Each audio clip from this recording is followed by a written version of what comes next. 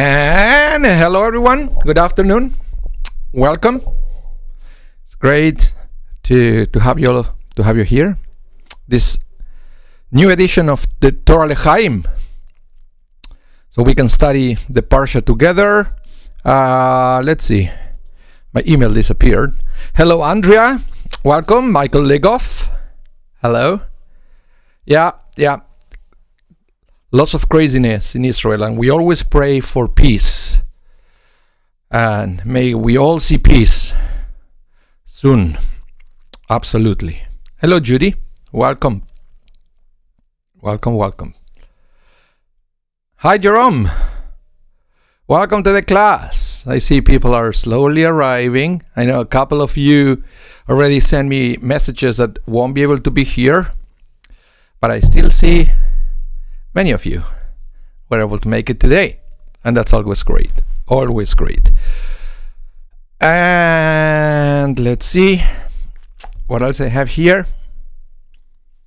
Just remember that on Sunday night we have a special hello Alain. Nice place. Thank you so much. If you don't like the place, I can change it just like that. You see, I can actually teleport myself to Shari Zedek like this, and there I am, and now I'm coming back home just like this. It's called the magic of technology. Absolutely. And I was telling you about the program that we have for Shavuot, the Tikkun. So we have on Sunday night 2 live sessions and then 8 hours of pre-recorded material. So Rina Sector is going to teach from 8 to 9 p.m. about gossip. She's going to be live. The chat is going to be open. I'm going to be teaching from 9 to 9:45. I'm going to talk about ethics, Jewish ethics. And then we are going to have like 15 minutes break. And at 10 p.m. we start with the pre-recorded segment that is going to go from 10 p.m. to 6 a.m. with a curated playlist of Rabbi Matthew's classes and some of my classes. And it's going to be a little bit of music in between. I believe we are going to publish the complete timetable with specific times. So because it's pre-recorded, we can pretty much know when every session is going to begin and when it's going to end, right? So everything is going to be published in advance, so you can decide what you want to study. Remember, this is on Sunday night. And then on Monday morning, we have the first day of Shavuot, 7:30 a.m. The whole team is going to be in the sanctuary. We're going to be leading services for all of you live. Then on Tuesday, again, 7:30 a.m. Then we have Iskor on Tuesday. It's going to be a very great program for Shavuot. So I believe we can probably start with this class. We are starting a new book in the Torah, the book of Bemidbar. That's in Hebrew, Bemidbar, which means in the desert. But it's interesting because in English it's called Numbers. And why it's called Numbers? Because a good chunk of the book is talking about the census. And actually that's the opening text. And that's what we are going to study today. Is this big census that God commanded to Moses to do. And I think it's the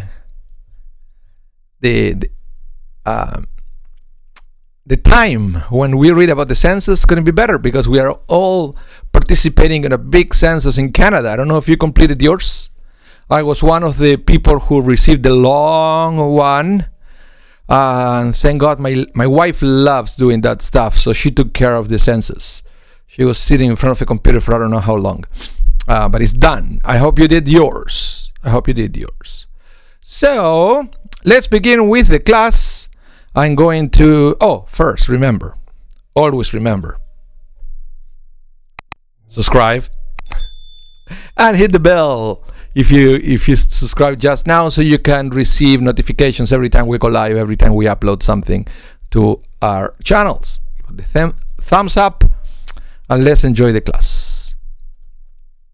Okay, so We are reading here, beginning of the book of Numbers, that it says, Hashem spoke to Moshe in the Sinai desert in the tent of meeting on the first day of the second month of the second year after they had left the land of Egypt. He said, take a census of the entire assembly of the people of Israel by clans and families, recording names of all of the men 20 years old and over who are subject to military service in Israel. You and Aaron are to enumerate them according to their legions. Now, this is very interesting. Why was this census necessary? Well, if you've been following along everything that happened in the book of Exodus, in the book of Leviticus, lots of things happened, including, for example, the worshipping of the golden calf and other punishments from God to the people of Israel. So right now, the population is not exactly the same of the people who left Egypt. Many died during plagues and other things.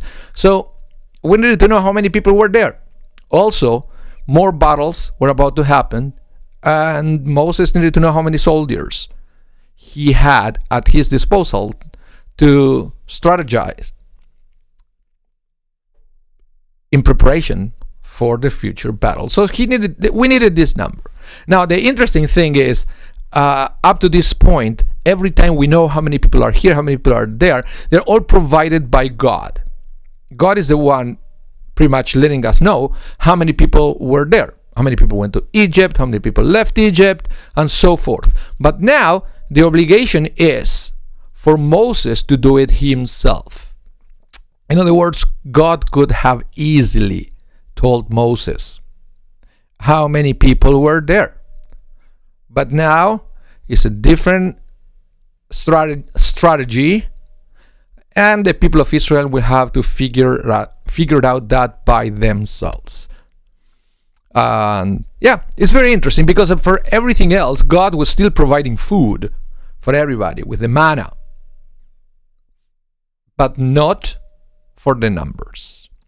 Now, this is there is a little bit of a debate of why the need for the census and why couldn't just God said there, I don't know how many, 100,000, whatever, right? Why did they have to do it themselves? Well, that's what we are going to study today. But before that, I would like to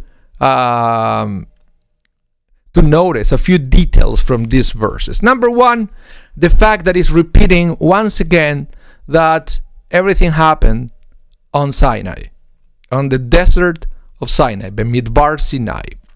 And also said Be'ohel Moed, in the tent of meeting. I don't know if you remember this, but it was a specific class that we studied how God communicated to Moses. Other than the revelation at Sinai, when God communicated the whole Torah to Moses, and in fact to the entire people of Israel, there were other episodes where God needed to communicate halakha, Jewish law, to Moses. That always happened at the Ohel Moed. And here is translated, as you can see there, in the tent of meeting. We don't really know exactly how it looked, but I can always imagine it like a phone booth where God will have a communication with Moses, letting Moses know God's will. Now, there is a debate if every time that Moses entered to the Ohel Moed to receive communication from God, there was something new, or everything was said in Sinai, and then God was just repeating it at the Ohel Moed. But I would like to leave that to theologians, and just to take it the way it is right now, that is another proof that at least some kind of communication happened from God to Moses, and after that we have concrete halakha, concrete instructions, concrete law of what we're supposed to do. In this case, that Moses have to perform this census. Now, by the way, there is another thing that is interesting to notice every time that it was this kind of halakha, that there were some halachot, some laws, that they were specific for the moment. There were some others that they were to be repeated year after year. In fact, the Torah in those cases will say this is a permanent statute for you. So it's something that we know that it's not just one time shot, like this one, like the census. that was for that specific moment and that's it. But some others were to be kept forever. Some others were specific for the land of Israel. And it will say there, when you enter to the land and you do this, then you will have to do that. So that's kind of different language. And so we know that there are certain commandments that are exclusively for the land of Israel. We studied that last week when we talked about the sabbatical year. That is only for the land of Israel. We don't have to observe sabbatical year outside of the land of Israel, or the Jubilee. We don't have to observe it outside of the land of Israel. Okay? So, but this one is very clear that it was something for that specific generation, and that's it. Okay? Now, the opening sentence that it says that Hashem spoke to Moshe in the Sinai desert started a little debate about the why the Torah was revealed in the Sinai desert. Why wasn't the Torah revealed while the Israelites were, for example, still in Egypt? Or even more so, let me put it differently. Why wasn't the Torah revealed after they entered to the promised land? You would expect they entered to a holy land, and then part of that holiness will be the fact that the Torah will be revealed in that holy land. Instead, it was revealed in the middle of nowhere. It's something that is, it's amazing. In the middle of nowhere, having so many important places in between Egypt and Israel, God decided to reveal the Torah in the middle of nowhere.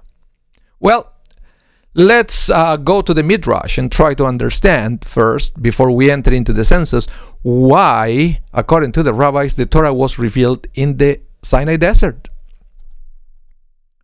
So Hashem spoke to Moshe in the Sinai desert, and the Mechilta, which is Midrash, the Torah was given to the people of Israel in the ownerless desert.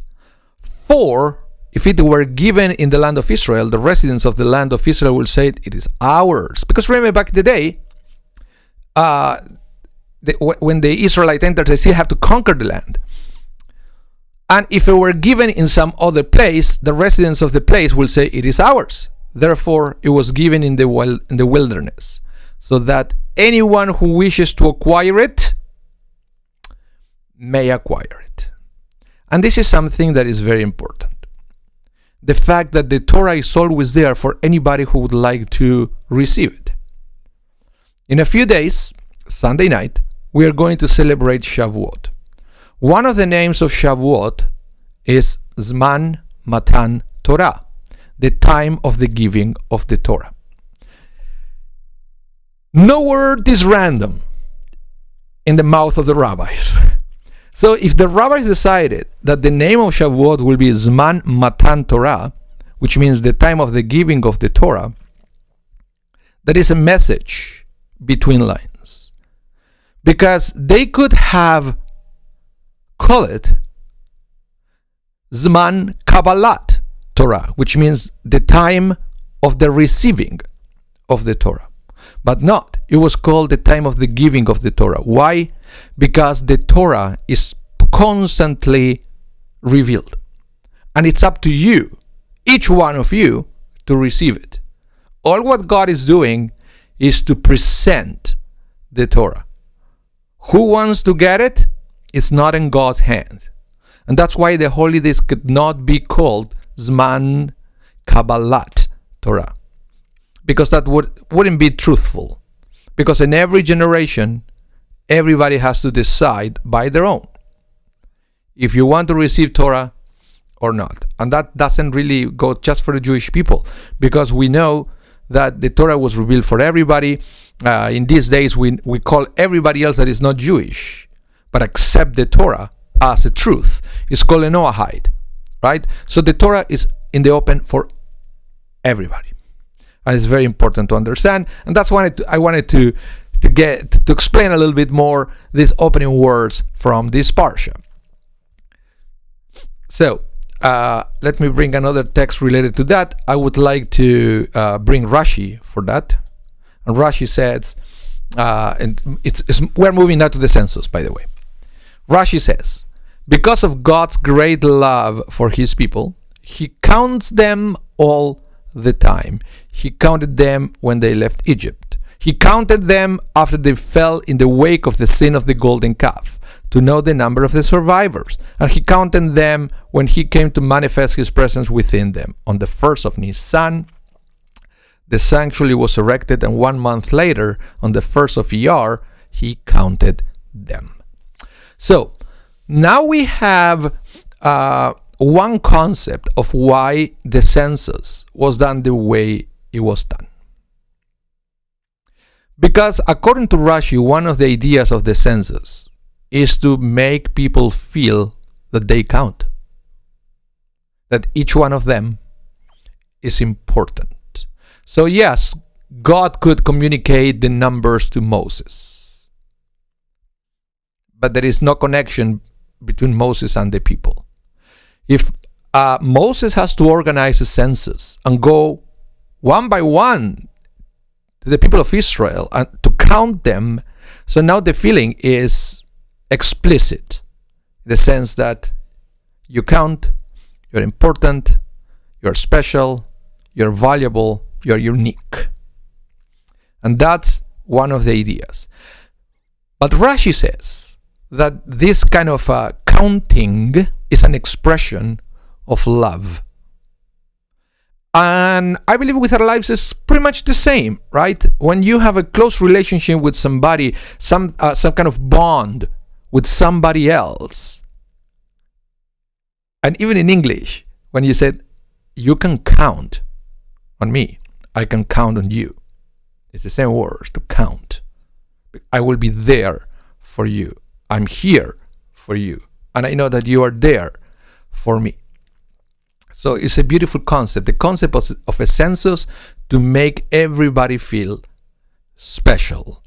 Everybody is important.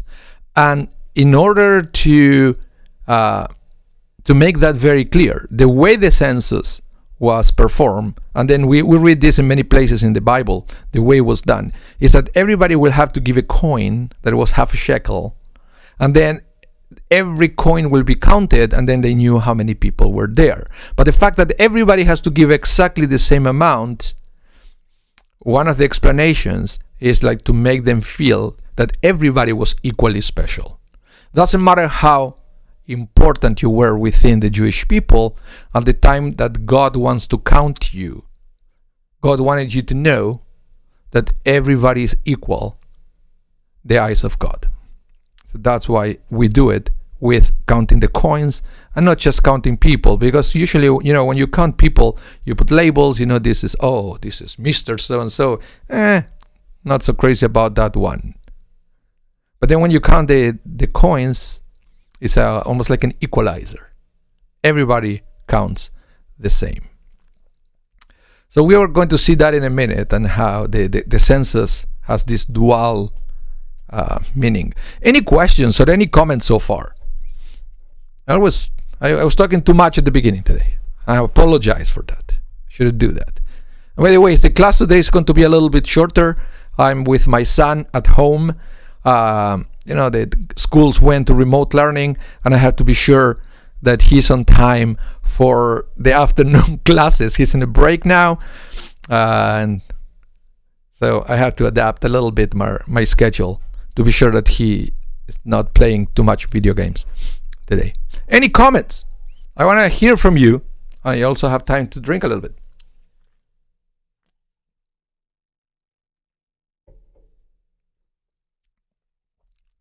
Okay, while you type, let's continue with the next one.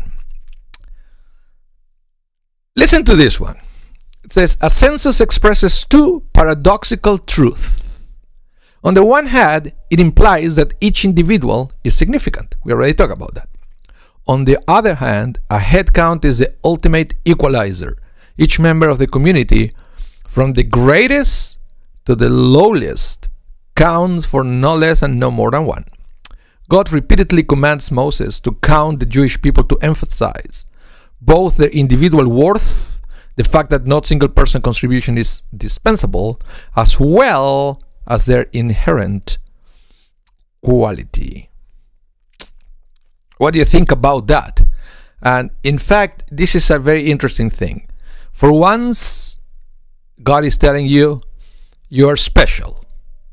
But on the other hand, God is telling you, you are not better than anybody else. You see that the two sides here, of course, they should be the two sides of the same coin, because our lives usually happen in between those two things. Let me explain how. I found this beautiful text from Rabbi Simcha Bunim. He was a Hasidic Rebbe in Poland in the 19th century. And he said, everyone must have two pockets, with a note in each pocket, so that he or she can reach into one or the other depending on the need. When feeling lonely and depressed, discouraged or disconsolate, one should reach into the right pocket and there find the words, "The world was created for me." And this is from the Talmud. We're going to read it in a minute. But when feeling high and mighty, he should reach into the left pocket and find the words, "I am but dust and ashes." And that is something that's something that was said by Abraham. By the way, we are going to read it in a minute. Hello, Kathy. Welcome. Jerome, what you said? Also one advice on democracy: one person, one vote. Yeah, but it's interesting, the balance of the two things. And I like the words of Rabbi Simcha Bunim, and how it depends on our place in life, our situations in life, our challenges, whatever. We need to always find the balance. Sometimes the balance will be, you have to remind yourself that the world was created for you. But sometimes you have to remind yourself, slow down. You are but dust and ashes. Very interesting. Very interesting.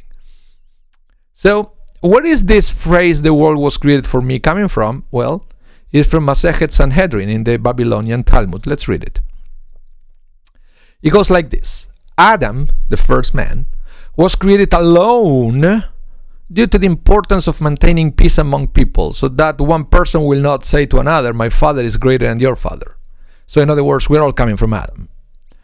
And it was also so that the heretics who believe in multiple gods will not say, "There are many authorities in heaven, and each created a different person."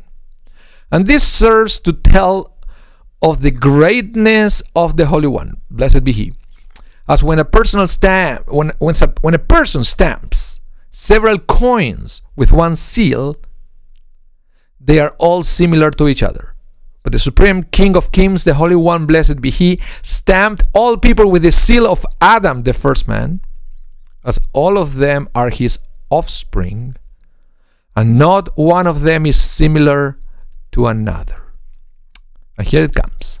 Therefore, since all humanity descends from one person, each and every person is obligated to say, "The world was created for me." As one person can be the source of all humanity and recognize the significance of all his action. Now, this text also took significance after the Holocaust, when we learned that there were many non-Jews who actually saved Jews during the Holocaust. And we were reminded of this phrase that said, when you save a life, you save a world.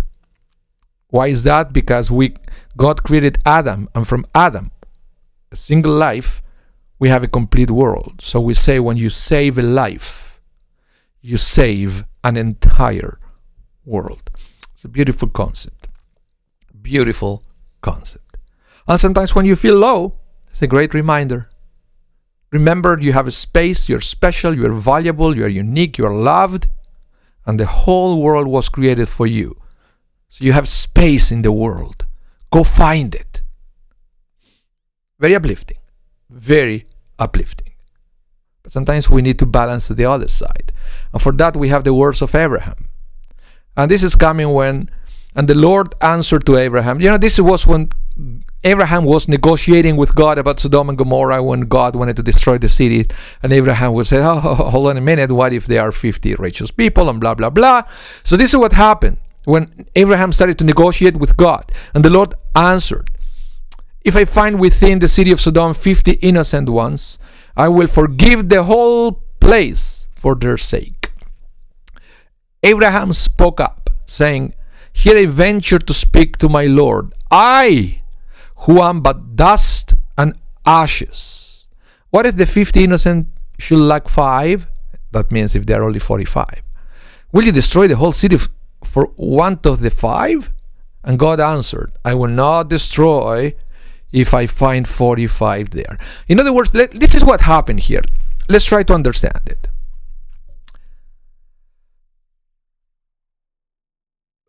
God is talking to Abraham. In other words, Abraham is arguing with God. And now God is telling Abraham, you're right. You're absolutely right. If there are 50 righteous people there, I will save the city. I don't know if you realize, I don't know if you're following. It's not that just Abraham was talking to God. If you could have absolute proof that you are actually talking to God and God is answering to you, how will you feel? How will your ego be? But not only that, not only talking to God, it's not that God is just answering you. God is telling you, oh, you know what? You're right. Oh, that's a powerful statement. That's what happened with Abraham. And Abraham said, oh my goodness, look at me. God just said that I was right. In fact, try to search within yourself. How did you feel every time you had an argument and somebody said to you, you know what, you're right? Try to remember. Yeah, we feel pretty good, right? Well, at that moment, Abraham said, I who am but dust and ashes, which the rabbis understand that Abraham immediately reached into that pocket to read this phrase, to remind himself that even God was telling him, you're right, he needed to stay humble. Because sometimes we need to remind ourselves, we need to do something so we will remain humble. It doesn't come just like that. I guess for some people will, but my experience is the higher you go, then you need some kind of method to help you to remain humble. It's human nature. That's why this Rabbi Bonim, he knew that, and he was trying to give some practical advice on how to do it. Yeah. So I wanted to discuss with you a little bit about this balance in between feeling that you are the top of creation and also you feeling that you are dust and ashes. So let me bring here this beautiful text from Moses Chaim Luzzatto. It's a rabbi who taught about Musar, and he will say it. Listen to this. It's a part of his book, okay? Another imagines that he is so great and so deserving of honor that no one can deprive him of the usual signs of respect. And to prove this, he behaves as though he were humble and goes to great extremes in displaying boundless modesty and infinite humility.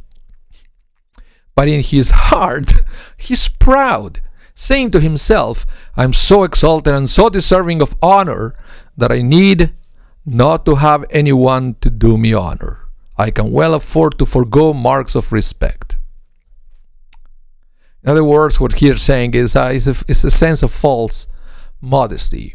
It's like, you know the joke, right? That is these people in the synagogues, that they were constantly saying, I'm nothing. And then somebody else just walked into that shul, into that synagogue, and then he noticed that everybody was saying, I'm nothing. And then the person said, I'm nothing. And then everybody stopped, look at the person, and everybody said, look who think he's nothing.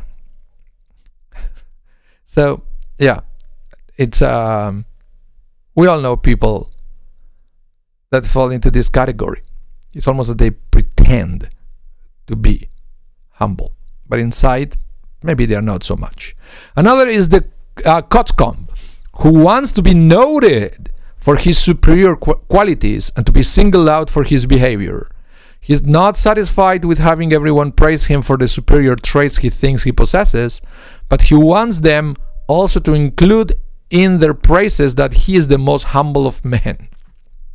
He thus takes pride in his humility and wishes to be honored because he pretends to flee from honor.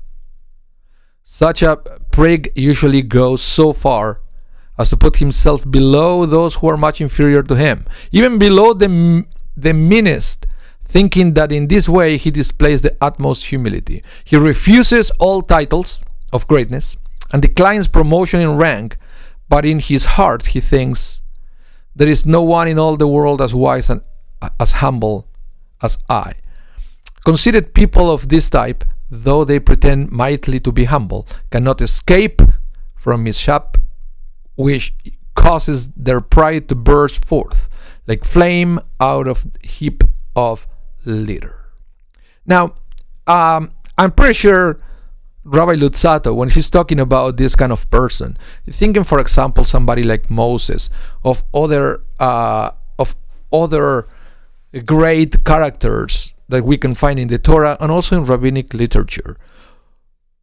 Moses was the leader of the people of Israel, and he accepted that. He didn't pretend that he wasn't. When he needed to show leadership, he showed leadership, and he didn't hesitate to take very tough decisions. Well, I guess that's why the Torah is emphasizing the fact that he was so humble. Because if we didn't know how humble he was, we will think that he did what he did out of arrogance. And Moses made very difficult decisions from a place of humility. And that was part of his greatness. And this is very important. So, there was in the past, for example, this tradition of when a rabbi will walk into a room, everybody will stand. In fact, in Orthodox community, this still happens. And I guess in more liberal synagogue, this got discontinued because people didn't understand what was the idea of this tradition. It wasn't about making the rabbi feel so important. It wasn't done in the sense that, so the rabbi can feel how important it is. It was all the opposite. It was done so the people will have a sense of authority.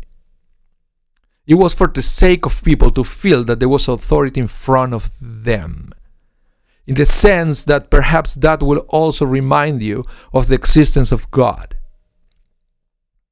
But yes, we all know cases that because of that tradition, now the rabbis or the teachers of the leaders will feel that they are more than other people. But that's not the idea. Michael Legov, sorry, you type something and I didn't read it. It is a bit like girls start thinking, holding two conflicting thoughts in your mind at the same time, but only one being applicable at the time. I guess I'm not familiar with that, but it sounds like it sounds correct.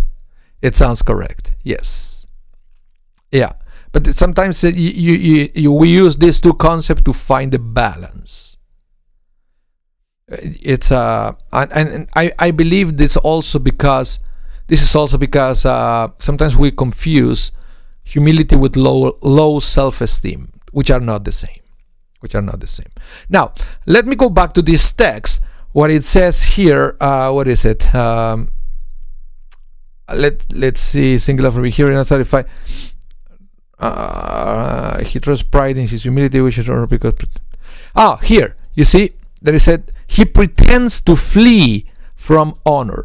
Why will Luzzatto write that? Well, it's because it's part of rabbinic. It's coming from Pirkei Avot, I believe it's Pirkei Avot, that it says that when you flee honor will chase after you. But when you chase honor honor will flee from you.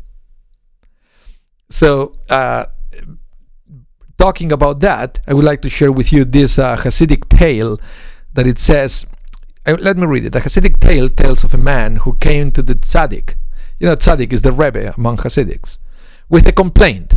All my life, he said, I have tried to follow the advice of the rabbis that one who runs away from fame will find that fame pursues him. And yet, while I run away from fame, fame never seems to pursue me. And the tzaddik replied, the trouble is that while you do run away from fame, you're always looking over your shoulder to see if fame is chasing after you. It's beautiful. It's true. It's true. This is the same concept that we read before, is pretending to be humble, but not being humble at all. So let me bring another explanation about this, and this is a toughie. It's a tough one, the next one, and it was brought by the Nachmanides, also called the Ramban with an N at the end. Let me read it and then maybe we can talk about it. I shall explain how you should become accustomed to practice humility in your daily life. And he said, let your voice be gentle and your head bowed. Let your eyes be turned earthwards and your heart heavenwards. Okay, everybody, I'll be right back. There is someone at the door. My son just came to let me know. I will read it again when I come back.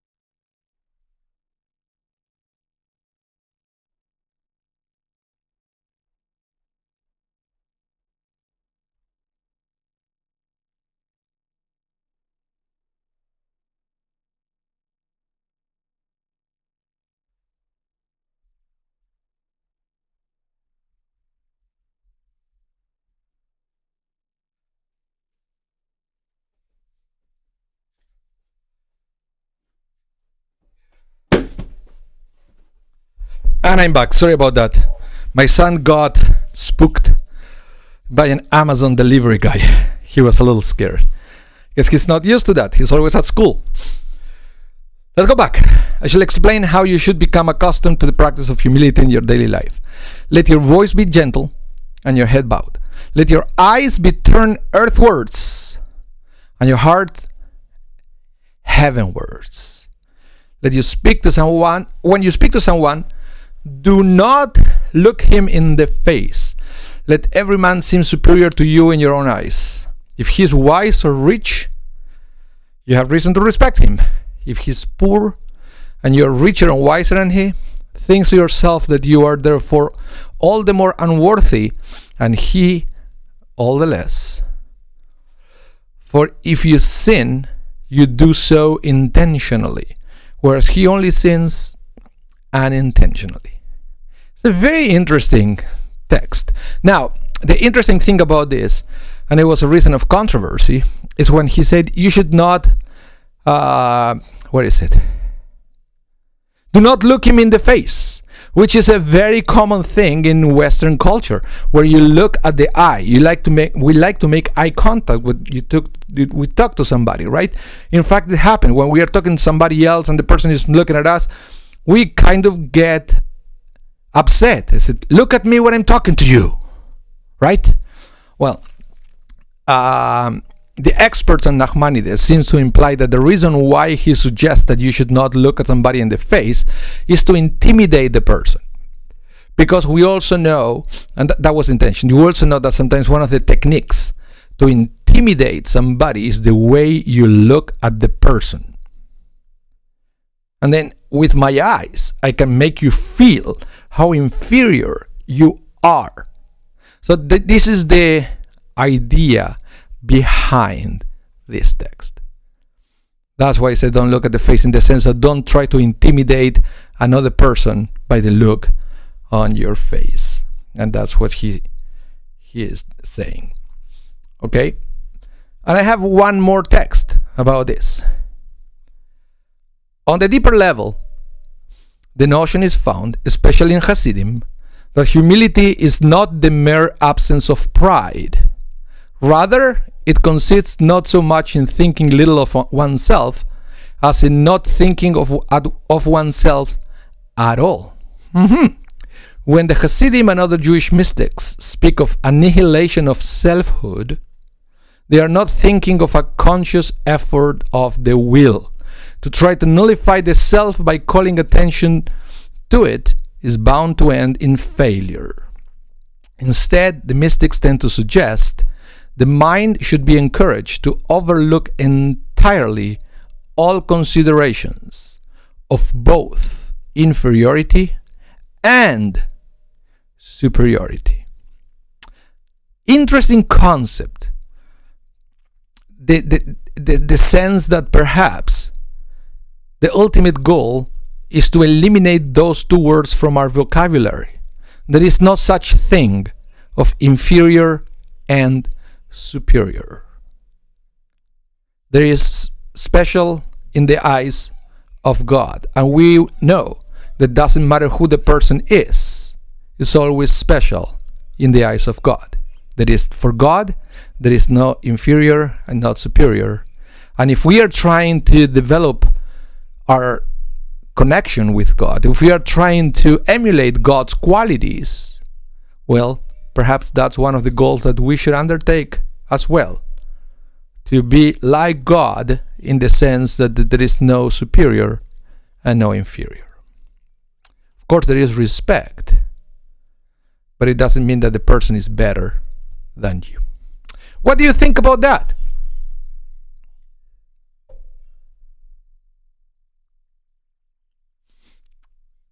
And this is a perfect time to finish this class today.